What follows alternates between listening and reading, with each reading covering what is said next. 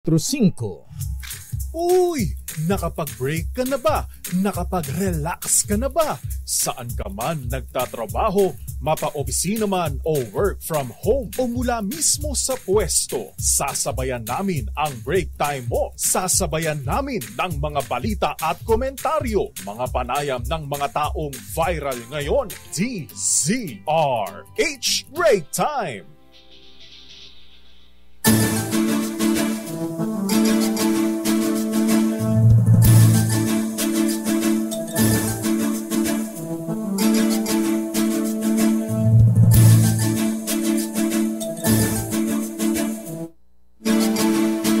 Magandang hapon, Pilipinas.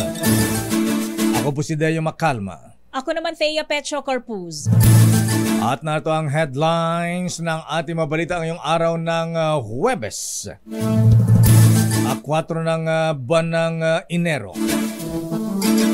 Philippine National Police naka-full alert status sa Metro Manila para sa seguridad ng Traslasyon 2024.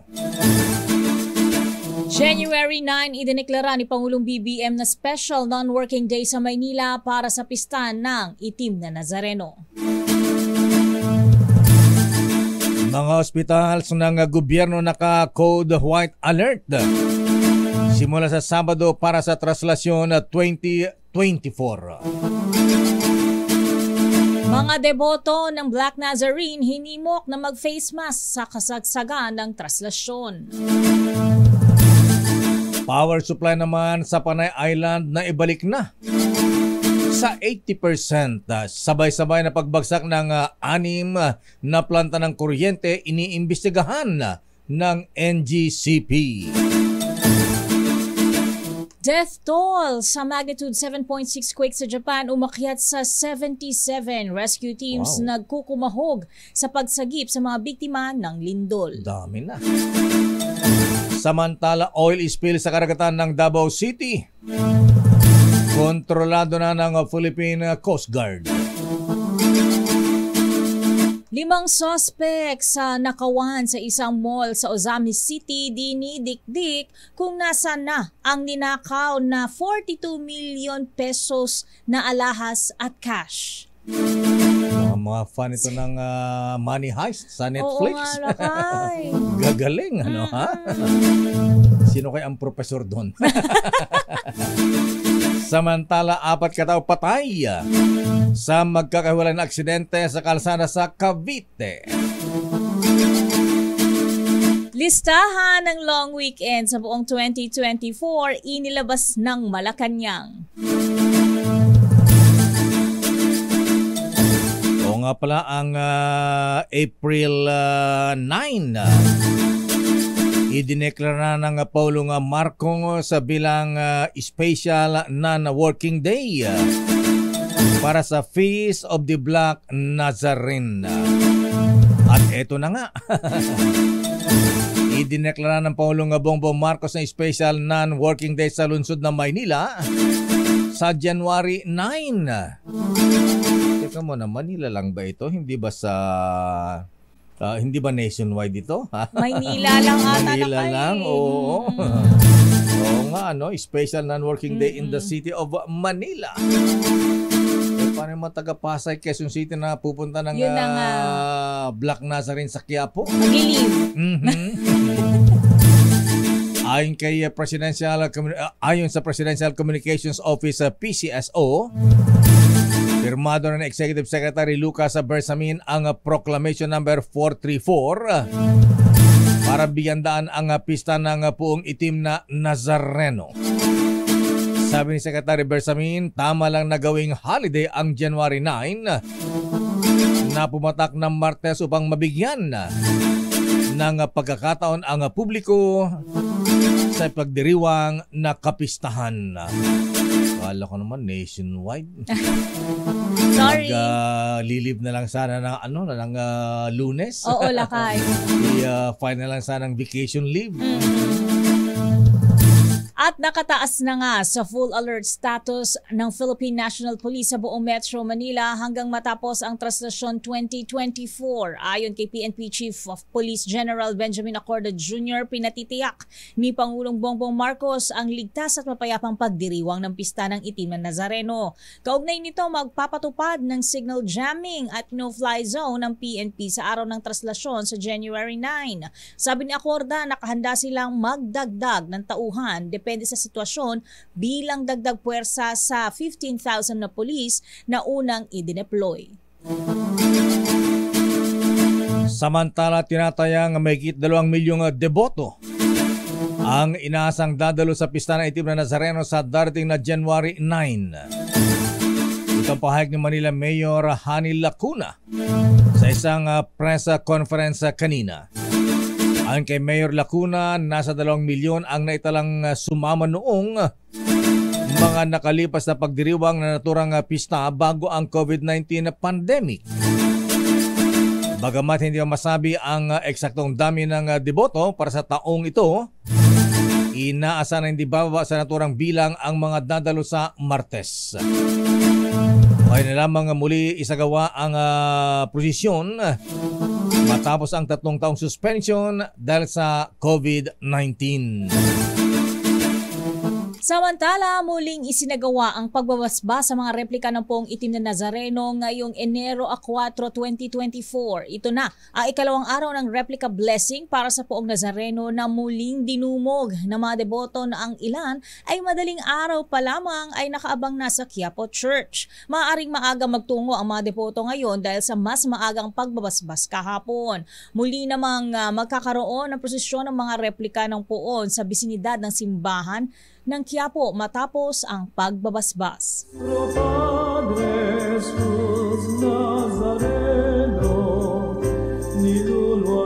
Samantala, nagsimula nang maglinis ang MMDA sa mga rutang inilatag para sa traslasyon sa January 9. Ayon naman kay Atty. Victor Nunez, Director ng MMDA Traffic Enforcement Group, layunin ng kanilang clearing operations na matanggal ang mga obstruction na makakapekto sa takbo ng prosesyon. Kabilang sa mga inalis ng MMDA ang ilang mga sasakyan at mga e-bike na iligal na nakaparada sa kalyeng daraanan. Bukod dito ay pinagkukumpiska rin ng MMDA ang mga illegal na estruktura gaya ng mga upuan, kariton, mga signage ng mga establishmento at mga pader na kanilang tinibag. Samantala, sinabi ni Nunez na halos 1,000 tauhan nila ang i-deploy sa araw mismo ng pista upang tumulong sa takbo ng prosesyon. Samantala, hinikayat ng pamunuan ng Quiapo Church ang mga debotong makikiisa sa traslasyon na magsuot pa rin ng face mask. Ayon sa mga opisyal ng Quiapo Church, ito'y upang maiwasan ang mga hawaan ng COVID-19 lalo na at may mga kaso pa rin ng COVID. Upang maiwasan naman ang siksikan, gagawing isa ang pasukan ng tao sa simbahan habang ang magkabilang gilid ng simbahan ang palabas. Sabi naman ni Manila Mayor Hani Lacuna, magbibigay sila ng face mask sa mga pupunta sa simbahan upang maiwasan ang hawaan ng anumang uri ng sakit. Magandang balita para sa mga Ilonggo Manto. Para sa mga taga Panay Island, posibleng bukas sa January 5, abay magiging stable na raw ang supply ng kuryente sa Iloilo. Ayon kay More Power spokesperson Joy Fantilaga, 80% na ng power supply sa franchise area ang naibalik. Paliwanag ni Fantilaga, nagpapatupad sila ngayon ng rotational brownout kada 3 oras upang hindi ma-overload ang sistema habang hindi pa rin stabilize ang grid ng National Grid Corporation of the Philippines, NGCP. Ganito rin ang ginawa ng 3 distributor utilities sa probinsya ng Iloilo. Samantala, iniimbestigahan ng National Grid Corporation of the Philippines kung sinadya o nagkataon lang na sabay-sabay tumirik ang 6 na planta na nagresulta sa malawakang brownout sa Western Visayas. Sa panayam ng DZRH, sinabi ni NGCP spokesperson Attorney Cynthia Alabanza na hinihintay pa rin nila ang report ng bawat panig kung bakit pumalya ang mga planta. Anya, nasa 70% ang kuryente na ginagawa sa Panay Island ang nawala na hindi kayang matustusan ng mga nalalabing planta. Pero sabi ni Alabanza, may pahiwatig na ang mga power plant na unti-unti nang mag-o-online ngayong araw at lakihan ang generation ng kuryente. Narito naging pahayag ni Alabanza. Nakalat nating information is ito boiler tube leak. I think po yung sinasabi nila. Madalas kong nakikita boiler feed pump issue. Mm-hmm. So, napaka-technical. Hindi ko masyadong maintindihan anong ibig sabihin yan. Pero yun ho yung nakikita nating mga nakita nating report sa isa sa mga tumirik. Ayoko pong magbigay ng masamang motibo sa kahit kanino. So, until makita ho natin yung datos at makapagpaliwanag ng gusto ang bawat panig, mahirap ho tayong mag-conclusion, no? Samantala, umakyat na sa 77 ang bilang naman ng mga namatay sa pagyanig ng 7.6 magnitude na lindol sa Ishikawa Prefecture sa bansang Japan. Kasalukuyan pang minamadali ang ginagawang search and rescue operations. Ngayong papatapos na ang 3-day survival window. Ayon sa mga emergency responders sa Japan, bumaba na ang survival rate kapag lumipas na ang 72 hours simula nang tumama ang lindol. Samantala, hindi pa tiyak kung gaano kalawak ang pinisalang dulot naman ng malakas na pagyanig. Ayon kay Masuhiro Izumiya, mayor ng Zuzu City, posibleng 90% ng kabahayan ang nawasa o kaya ay nasira.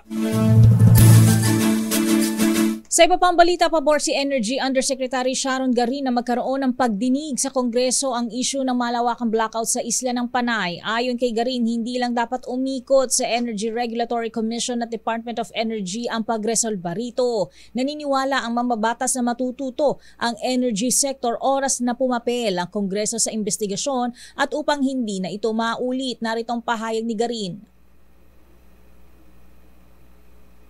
Yusek. Dapat lang po. Ako kung tatanungin niyo po ako, dapat lang.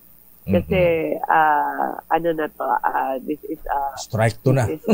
Huwag na tayong mag-strike 3. Dapat lang kasi kung hindi po ang ERC tsaka DOE, hanggang doon lang makakayanan. Iba rin yung power to discipline of Congress. Kaugnay nito, sinabi rin ni Garin na pangalawang beses na ngang nangyari ang blackout sa isla ng Panay pero tila hindi naman natuto ang National Grid Corporation of the Philippines. Sabi ni Garin, dapat nga raw alam na ng NGCP ang gagawin noon pa lang at hindi na raw sana naulit ang malawakang brownout. Narito muli si Garin. Well, dapat siguro alam na yun ng NGCP kasi nangyari na nga dati. Kung hindi pa nila alamin, di wala lang ginawa, di ba? Opo. So, meron pong mga findings po yung ERC nung last time, nung April, at may mga recommendations po. Hindi ko po ma-explain dito kasi medyo technical yan eh. Medyo, baka hindi tayo magkaintindihan kasi hindi ko rin ma-explain na maayos. Pero may mga requirement yan yung sistema, no? Kung halimbawa, kung may mangyari, gaano katagal yung response, or kung mga level ng voltahe, kung paano ma-maintain yung na stable yung grid, no? At sa report nga ni Manang Milky Rigonana kanina, ang Kamara de Representantes ay nakahanda na o nakatakda ng magsagawa ng investigasyon sa nangyaring malawakang power outage sa Panay Island. Babalikan po natin ang pang detalye na ating mga balita Nako, yung mga fans ng Money Heist. Ha? Ay, nako. Wag yung isa buhay masyado. Hindi perfect yung kanilang krimen. Ayan, nabuking. At nandiyan naman ang sinasabi nating crime does not pay. Ayan. Walang nakakalusot na krimen. Yung 5 suspect mahabigan na nag-ala professor ng Money Heist sa Netflix na dumaan sa kanal o drainage sa tunnel para makapasok isang mall sa Osami City para manakaw ang laman ng isang ATM machine at mga jewelries, mga alahas. Umabot ng 42 million pesos. Laki. Aba, ayaw pang magsalita. Kung nasaan na lakay. Dehin sila bokiki kaya sila ay tinotorture. Hindi naman nanlalaban pala kay. Ayan, dinidikdik. Ayan, paano kaya dinidikdik ito, ha? Hindi naman sila siguro tinatanggalan ng kuko, ng buhay. Hindi naman literal siguro lakay. Hindi naman siguro tinutubig ito, ha? Ayan. Hindi naman siguro kinukuryente, no? Wala naman siguro lakay. Pero astig, ayaw pang magsalita kung nasaan. Matibay ang kanilang paninindigan. Saan nila itinago yung mga alas at pera, ha? Samantala, oil spill sa karagatan ng Davao City. Ano nangyari palang oil spill? Kontrolado na ng Philippine Coast Guard. Yung mga nag-aabang na mga bakasyon, long weekend sa buong 2024. Abay, yung listahan po ay inilabas na ng Malacanang. Nasa ba listahan? Parang lakay? Parang kumonti ngayon. Kumonti ba ngayon? Padagdagan natin. Ang detalye po ng mga balitang yan sa ating pagbabalik sa ating palatuntunang Break Time. RH Break Time. Oras, Mr. Cesar Lee, Mr. Michael is my guy. Aba, Ninang Doktora Isa Suntay, Doktora Evelyn Laureta, alas 4:22.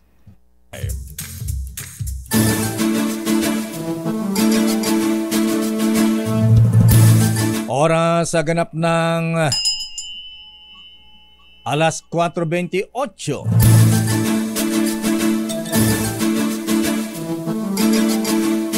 Mga dayo lamang daw sa Osami City ang mga nahuling grupo na nag-aala money heist na nanloob sa isang mall matapos dumaan sa drainage na kumukonekta sa isang peryahan. Ayon kay Pulis Major Joanna Navarro, spokesperson ng PNP Region 10, dalawa sa mga suspect ay residente ng Zamboanga del Norte at del Sur, habang ang tatlo sa kanila ay taga Misamis Occidental na pawang nagtatrabaho sa isang peryahan. Aba, ang gagaling ha? Mukhang tinalo yata mga kabayan natin mga torogi ngayon, ha? Kasama sa plano nila yung lakay, magtrabaho sa perya. Ayun, ha? Para hindi halata, Correct. Okay, pero hindi sa original dito, mga torogi, ha? Yung mga termite gang, ha? Ayun! Diba? Magaling sa ukayan ang mga yan, ha? Mga kabayan natin, ha? Pero nagbago na sila. Sinabi ni Colonel o Major Navarro na palaisipan sa kanila kung paano nalaman ng mga suspect ang lagusan sa drainage sa patungo sa food court ng Gaisano Mall. Ba't ang banggitin ng Gaisano Mall, ha? Gandang pahayag ni Major Joan Navarro. Yung hinukoy lang nila na portion is yung papunta sa drainage. Then, pwede na silang actually, naggawa tayo ng reconstruction of crime scene at parang pumunta sila din sa Imbornal. Ilang araw talaga itong trinabaho kasi nakita natin na well-planned talaga yung execution nila. Meron po talagang taong alam yung sa drainage na system sa area.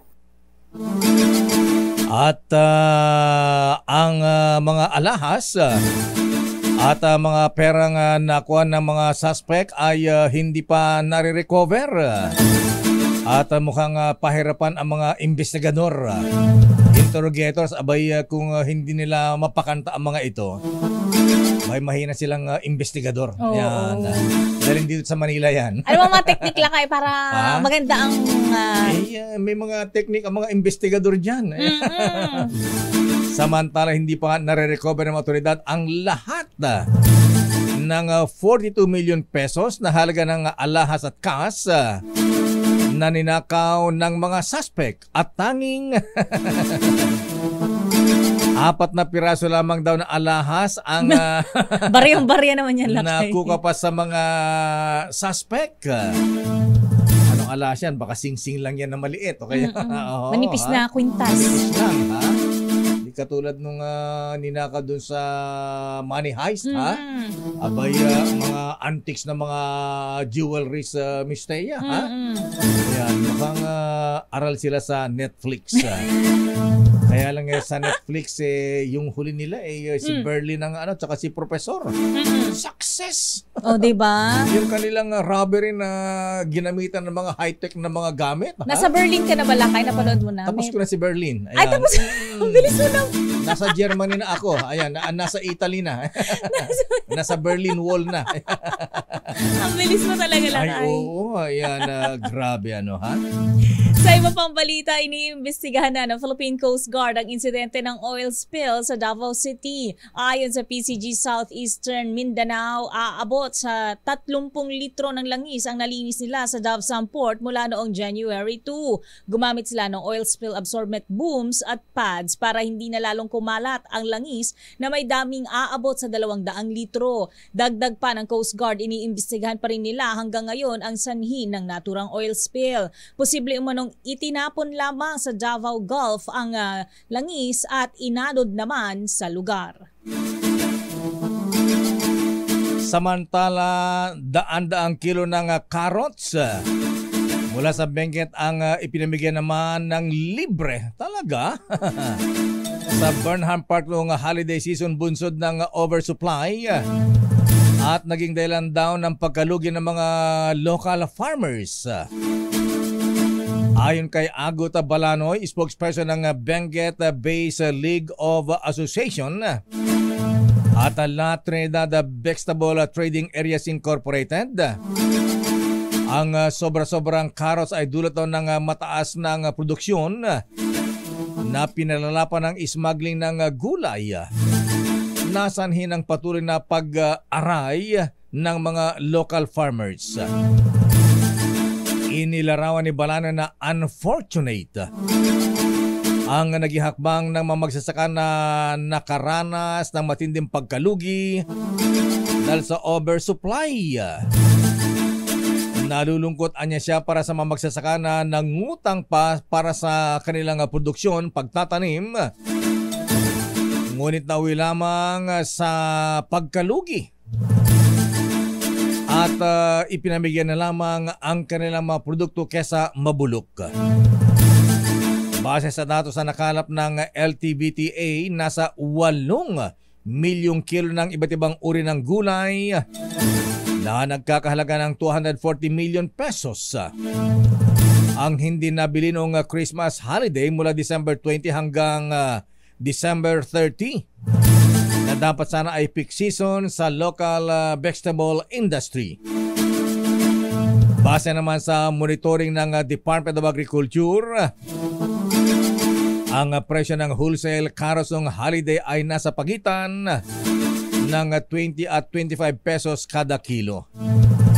Pero may nako tayong info sa ating bubuit. Ano yung Lakay? Ang sabi ng bubuit ay? Pero mamaya nakausapin muna natin si Jonathan Llanes, ha? Ang public relations officer ng Department of Agriculture sa Cordillera. Jonathan Llanes, naimbag nga mali mo, Apo Jonathan. Oy, naimbag na malam mo, Kuyang Deo. At siyempre sa lahat ng iyong mga taga-subaybay, Kuyang. Ayan, nakasama natin si Miss Thea Kabsat. Magandang hapon po. Ayun, Ay, good afternoon, Miss Teya. At Happy New Year nga pala, Kuyang at Miss Teya. Naragsak na barong atawon na Apo Kabagis. Ibinebenta rin po ibinebenta rin po ng 1 peso per kilo, kaya parang ipinamibigyan na ng libre yung mga carrots mula sa bangkit dahil nga sa oversupply. Bumaha daw ng mga carrots, mga gulay dyan. Kuyang Deo, bale, yung pong meron po tayong iba't ibang variety ng mga carrots na dinadala dito sa Benguet Agri-Pinoy Trading Center dito sa La Trinidad, Benguet. Ito yung kinabibilangan po noong pili variety at itong palaspasan. Ito po yung mga dekalidad na mga uri ng carrots na dinadala dyan. At yun pong mga hindi pumasa sa pangangailangan or standards ng ating mga traders, ito po yung tinatawag na lumpiang carrots. Ito yung mga maliliit, lumpiang carrots. Tamang sukat. Oo. Meron palang ganyan. Ang tawag nila dyan. So, yun ang tawag nila dyan. Ito yung mga reject actually, Kuyang Deo. Yan po yung ipinamahagi noong December 28. Actually, ang namahagi dyan dito sa may Burnham Park is ang Baguio City Police Office sa pakipag-ugnayan or sa pamamagitan ng Police Regional Office Cordillera. Ito po ay pinamahagi sa ating mga mamamayan ng libre. Yan po yung tinatawag nating lumpiang carrots. Kesa naman hayaang masira, mas minabuting ipamahagi po ito sa ating mga kababayan, lalo na yung mga turista, Kuyang Deo. So, yan po yung mga carrots na nakita natin sa social media. Pero kung doon po sa mga nabanggit kong pili at saka palaspasan variety, like for example, yung sa pili po, ang presyo noon nagkakalaga ng humigit sa 25 hanggang 35 pesos kada kilo.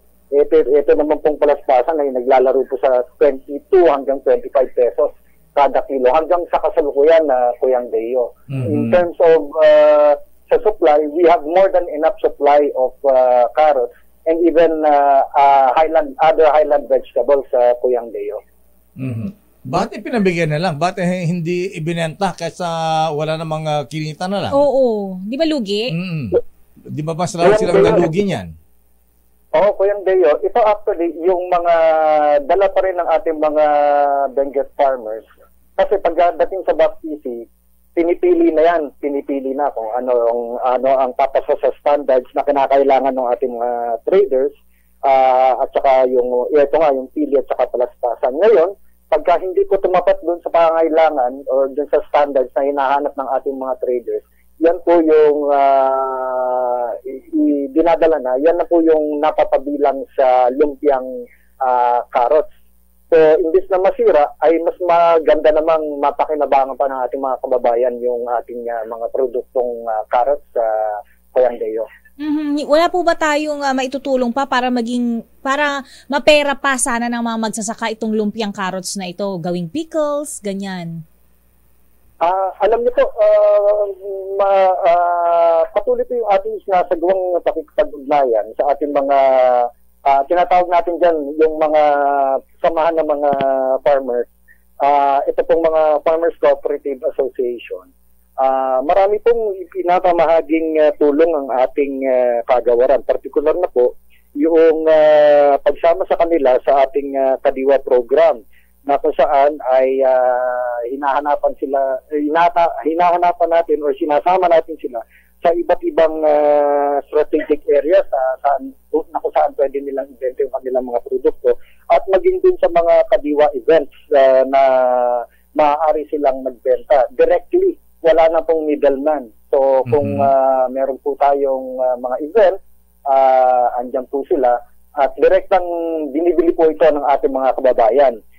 Bukod pa dyan, meron po tayong mga partnerships sa mga local government units patungkol po dito sa mga income generating activities na tutulong po sa ating mga magsasaka. And gayon din po, ang tulong din ay binabahagi natin, yung market linkages Yan po ay isang mahalagang component na suporta natin sa ating mga nagsasaka. Okay. Mahanap po sila ng pagbebenta. Kuya Jonathan, marami daw pong mga smuggled na carrots kaya dumagsa, oversupply ang gulay dyan sa Benguet, Mountain Province.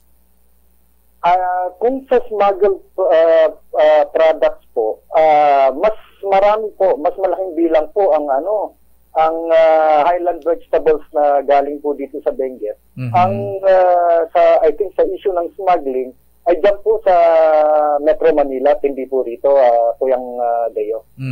Ayun. So, kung hindi man napunta yung mga smuggled na mga gulay dyan, tulad ng carrots, kung napunta dito sa Metro Manila, so ang tendensya nga niyan, yung mga bumibili dito sa Metro Manila galing Mountain Province, Benguet, La Trinidad, hindi na bumili dyan, kaya hindi na nabenta. Maaaring ganun po, Kuyang Deo, pero batay po sa pagsusuri ng ating kagawaran, naging maayos naman po yung ating bentahan. Actually, mababa po ang presyo ng ating mga highland vegetables nitong buwan ng Disyembre. Kaya marami pong nagtungo sa ating mga pangunahing bilihan. Kaya dahil nga po sa mababang presyo ng ating mga highland vegetables sa Kuyang Deo. Okay. Kuya Jonathan Llanes, maraming salamat. Magandang hapon po sa iyo. Naimbaga balema at naragsak nga barong atawan, kabagis, kabsat. Likewise, sa Kuyang Deo, maraming salamat and happy new year din po sa inyo dyan at sa DCRH family at saka kay Teya. Thank you. Jonathan Llanes, ang Public Relations and Info Officer ng Department of Agriculture sa May Cordillera. Pero ayon sa ating bubita, ayun, Miss Teya, ang inabang ko lakay. Ang sabi ng ibubi. Maraming may mga kalokohan dito, mahabigan. Kaya bakit dumagsa ang nagkaroon na oversupply ng carrots, ano pang gulay? Abay, ayon sa ating bubit, Customs Commissioner Bienvenido Rubio Apo, may nag-smuggled ng 50 containers ng carrots at mga gulay galing China. Wow! 50 containers. Yes, kaya yung iba ay kung hindi man umabot lang sa Cordillera, abay sabi nga ni Kuyang Jonathan Llanes, andito sa Metro Manila. Yun ang epekto niyan. Ayan. Kawawa na naman ang mga lokal. May mga pinalasot na, mantakin mo, 50 containers na mga imported na gulay galing China. Abay, hindi na natin mabilang kung ilang tonelada na yun. Pagkatapos, ito ang malupit niyan. Alam ito ng ilang taga Bureau of Customs, lalo dyan sa Subic. Paano pumikit? Meron silang something that cannot be denied. Abay, mukhang paborito ng mga smugglers ang Subic ngayon. SBMA Chairman Tantan. Sino ba ang head ng customs? Grabe po, mahabigan. At ang sabi ng ating rubit, Miss Teya, ayan, nadagsa nga yung mga smuggle dyan. Pero kunyari, para may accomplishment. Publicity? Yes, publicity, gimmick. Abay, may mga kinumpis ka kunyari. Ayan, kalahating kilo. Hindi naman. Siyam na container. Ayan. At ito ay kasama dun sa ipinamimigay ng libre. Pero mas malalim, Commissioner Bien Rubio, kawawa naman ang mga farmers natin. Dahil nga sa mga smuggled na gulay na ganyan, buti man lang sana kung nagbabayad ng buwis. Tama. Smuggled, ibig sabihin, walang tax yan, duties. Pagkatapos dinagsa sa pamilihan, tuloy. Hindi mabenta ang aning gulay ng ating mga farmers dyan sa Cordillera. Ano ba yan? Siguro dapat Senator Idol Erwin Tulfo. Yan ang imbestigahan, lakay. Dapat maimbestigahan nito, ha? Daming magagaling. Ayan. Daming padalas yan, lakay. Commissioner Bien Rubio, ha? Kilala niyo ang mga involved dito, ha? Ilang opisyal din ng Bureau of Customs. Babalikan natin ang pang detalye ng ating mga balita. Standby Christian Manyo, standby Let Narciso. Ha? Abay, ano ang sabi ng Presidente Miss Let? Aba, ang Department of Transportation hinikayat ang local manufacturers na sumali sa PUV Modernization Program. Yan ang matagalan naming iminumungkahi, Mr. President. Ayan. Kesa bumili muna ng mga napakamahal na imported na sirain minibus na walang pyesa. Ayan. Na 2 years pa lang sira na. Ayan. Unahin natin ang mga magagaling na gawa na ating mga local manufacturers tulad ng Saraw, sariling ating Francisco yan. Motors. Yan ang unahin natin na kung naubos na, edi saka bumili ng imported. Tama. Tsaka, kuha-kuha nila itsura talaga. Yes, so standby Milky, standby Raymond, standby Edniel Parosa, standby Val Gonzales at Miss Alia Ikatlo IV. Oras, Miss Thea. Kulang-kulang 13 minuto bago mag-alas 5. Nuestro Padre Jesús Nazareno, niluluan natin namin. Oras, Miss Thea. 11 minuto bago mag-alas 5. Sandali lamang sa ating mga reports. Nako, iba naman ang opinion ng isang listener natin. Ang sabi Lakay. Aba, Lakay, baka naman kaya konti lang ang nakuha dun sa mga fans ng ng Money Heist. Oo. Baka nasa investigador na mga alahas. Na-heist na hinaist pa. Sabi, yan ang mas magaling na heist. Ayan. Malinis ang kamay mo niyan, Lakay. Nako, maraming ganyan. Sana wag naman. Wag naman. Oo. Huwag natin sila pag-isipan ng masama. Pero nangyayari po yan, maabigan sa totoong buhay. Ay, nako. So, sino ba ang regional director dyan? Sino ba ang chief dyan sa Osamis City PNP? Teka muna, happy birthday muna kay Kuyang Joe Sulpicio Lines. Ayan. Sulpicio lang. Happy birthday, Kuyang Joe. Binabati ka ng mga kuyang sa TM Calao Masonic Lads. At batiin natin si Senator Tol Tolentino. Ayan. Kasi ala pa daw blowout Senator Tol, ala ba tayo dyan? Baka magpakanton, Lakay. At happy birthday kay ating Cora Esquivias. Kay Karen Oyong, Karen Santiago, Miles Abundo, Alex Hernandez at Kuyang General Bobby Lastimos. Samantala sa ating mga reports, Begit 800 tauhan ipapakalat ng MMDA para umalalay sa traslasyon at pahalik sa pista ng itim na Nazareno. Christian Manyo, please come in. Christian.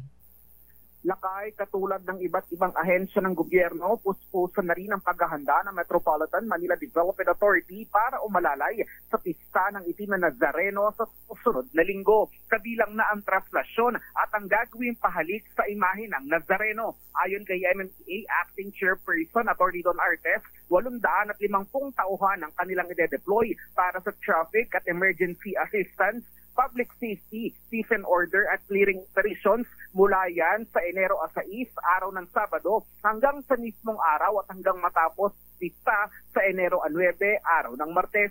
Bukod dito, ani Artes, ang MMDA ay magde-deploy din ng ambulansya, road emergency vehicles at iba pang assets sa ilang critical areas para matiyak ang maayos at napayapang pagdaraos ng isa sa pinakamalaking religious gathering sa bansa. Inaabisuhan naman ng mga motorista na iwasan muna ang ilang bahagi ng Maynila dahil may mga kalsadang isasara upang maiwasan ang abala. Para sa kauna-unahan sa Pilipinas, DCRH, ito si Christian Manyo, tuloy-tuloy sa pagbabalita, tuloy-tuloy sa serbisyo, sama-sama tayo Pilipino.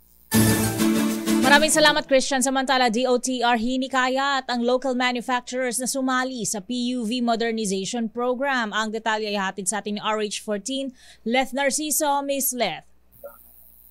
Isaya Lakay, bukas ang pamahalaan sa pagsali ng mga local manufacturer sa modernization program ng mga pampublikong transportasyon. Sa Bagong Pilipinas ngayon, inimbitahan ni DOTR Undersecretary Timothy Batan ang local manufacturers na gumawa ng mga disenyo para sa PUV modernization. Ayon kay Batan, mayroong kaakibat na tinatawag na Philippine National Standards ang programa. Kung kaya niyang gumawa ng modelo ng local manufacturers batay sa minimum requirements, ay maaari silang maglabas ng units. Sabi ng opisyal, malaya naman ang consolidated operators na pumili ng bibilhing units. Naniniwala rin si Batan na tatangkilikin ng mga operator ang gawa ng local manufacturers, lalo na kung mas mura ang ilalabas na units ng mga ito. Para sa kauna-unahan sa Pilipinas, DZRH, ito si Lef Narciso, tuloy-tuloy sa pagbabalita, tuloy-tuloy sa serbisyo, sama-sama tayo Pilipino. Maraming salamat, Miss Let. Dapat i-prioritize yung gawang atin. Tama. Mas mura, ha? Sabi nga ni Mr. Francisco, kulang-kulang 1 milyon Ang isang unit. Samantala yung galing China, 2.5 million. Ang laki namang diferensya, no? Ay, sinabi mo, nagkakakitaan talaga dyan. Tsaka kayong mga taga-DOTR, huwag nyo nang pahirapan ng mga local manufacturers. At siguro kung talagang sincere kayo, ba't hindi puntahan yung mga local manufacturers natin? Ganito ang gusto naming, model. Ha? Specs, lakay. Specs, ayan, tama ka, ha? Para hindi lang ang pinupunta nyo yung mga produksyon ng minibus sa China. Kasi sabi mo laki, paano 5+1? Sabi mo? may mga ganyang deal, Miss Thea. By 5, take 1. NGCP at distribution facility dapat papanagutin sa nangyaring malawakang brownout sa Western Visayas. Milky Regunan, please come in. Milky. Lakayateya, dapat papanagutin ang National Grid Corporation of the Philippines sa nararanasang brownout sa Panay Island at sa iba pang mga lugar sa Western Visayas.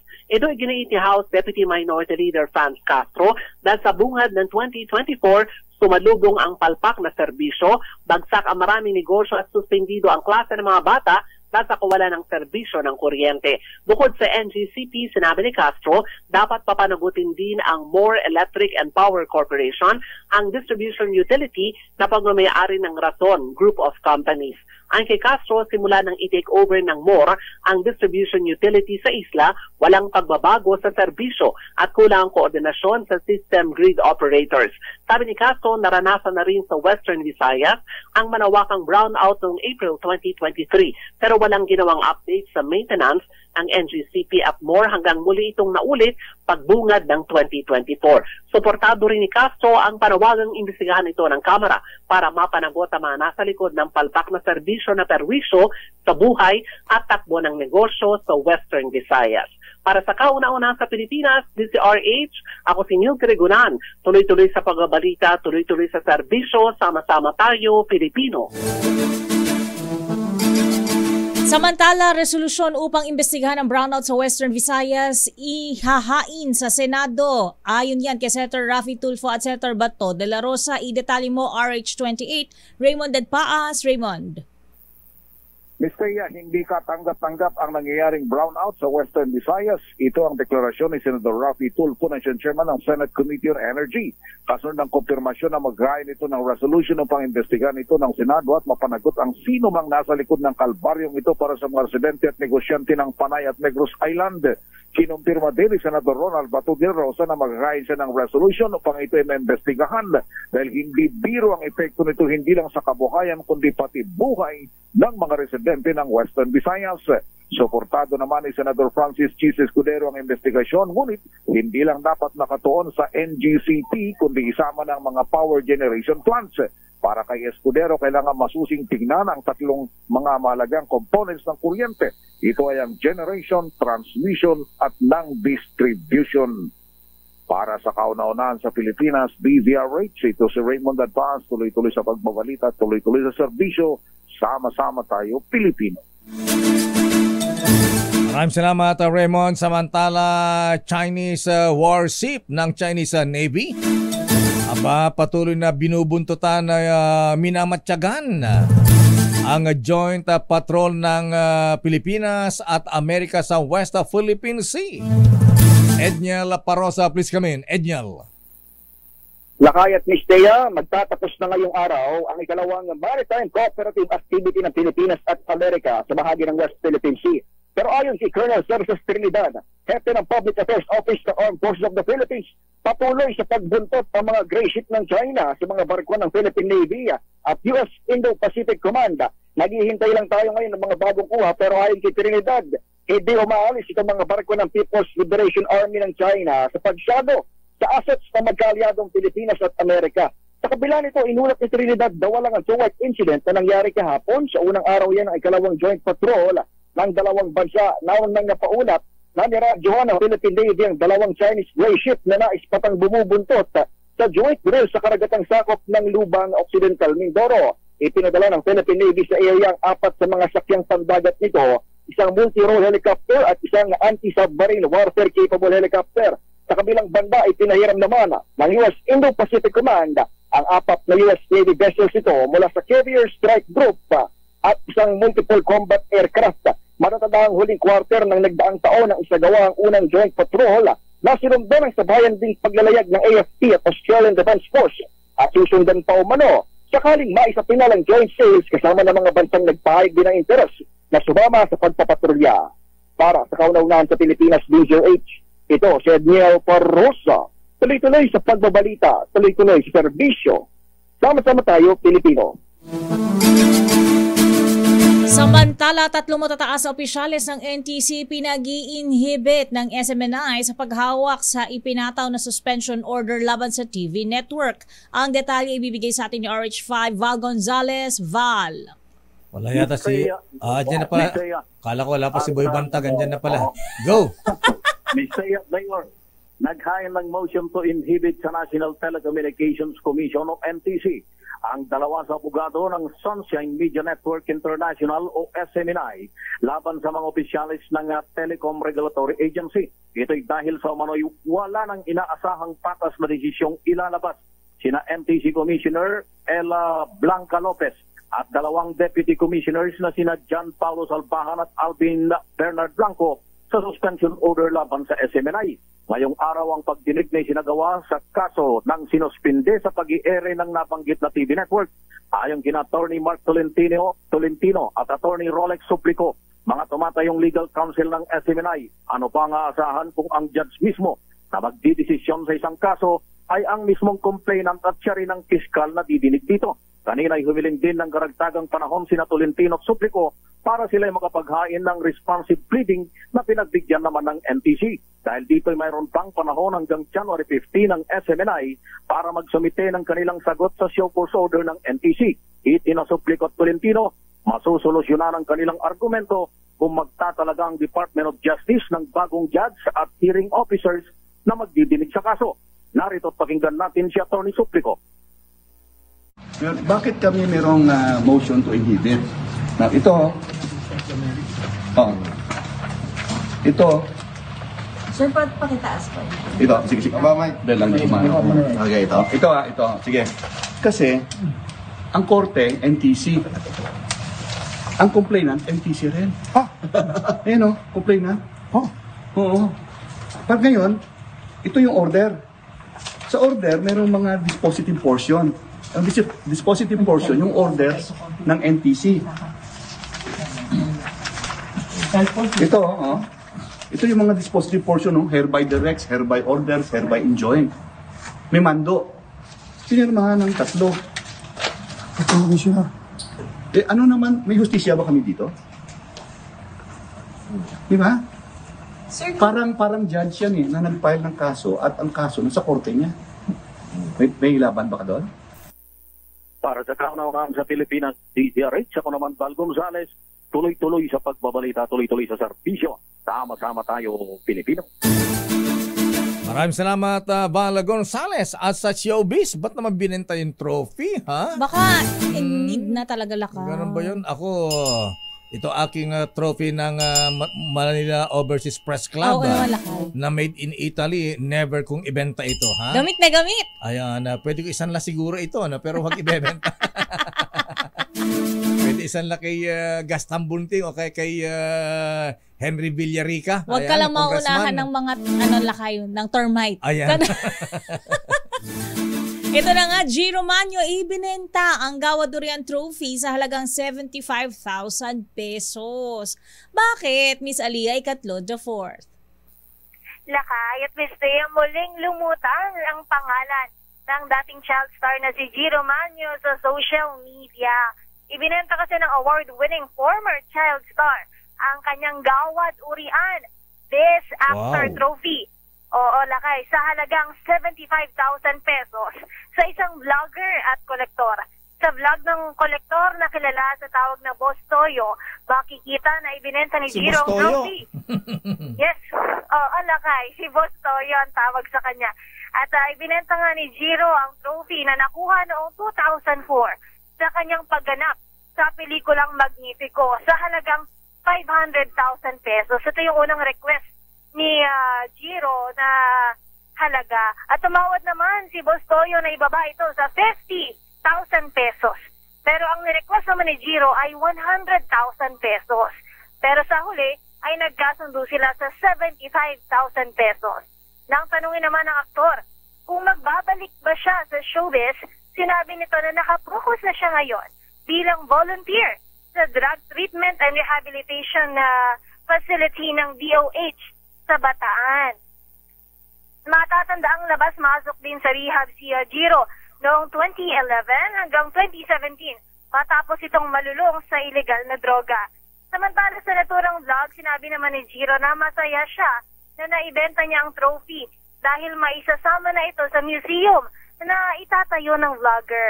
Ang nasabing vlogger o si Boss Toyo ay ang binentahan rin ng jersey ng naging kasintahan umano ni Francis Magalona. Para sa Breaktime Showbiz, ito si Aliyah Ikatlo, tuloy-tuloy sa pagbabalita, tuloy-tuloy sa serbisyo. Sama-sama tayo, Pilipino.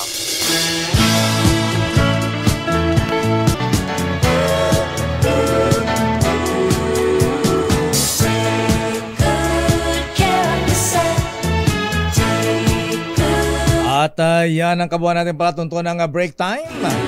Ako po si Deo Makalma. Basta Lakay ha, plot your VLs wisely. 4 lang ang long weekend natin. March, August, November, December. Diyan ganun? lang. Konti lang? Konti lang. Sabado, Linggo, Lunes, Mars ganun ba? lang. Holy Week ba yan? Holy Week pa yun. Ako po, si Thea Pecho Corpus. Mga balansadong balita susunod na mula kay birthday girl Karen Oyong at Chairman of the Board, Henry Uri. Bye-bye. Stay safe. Take good care of yourself. Till you're back in my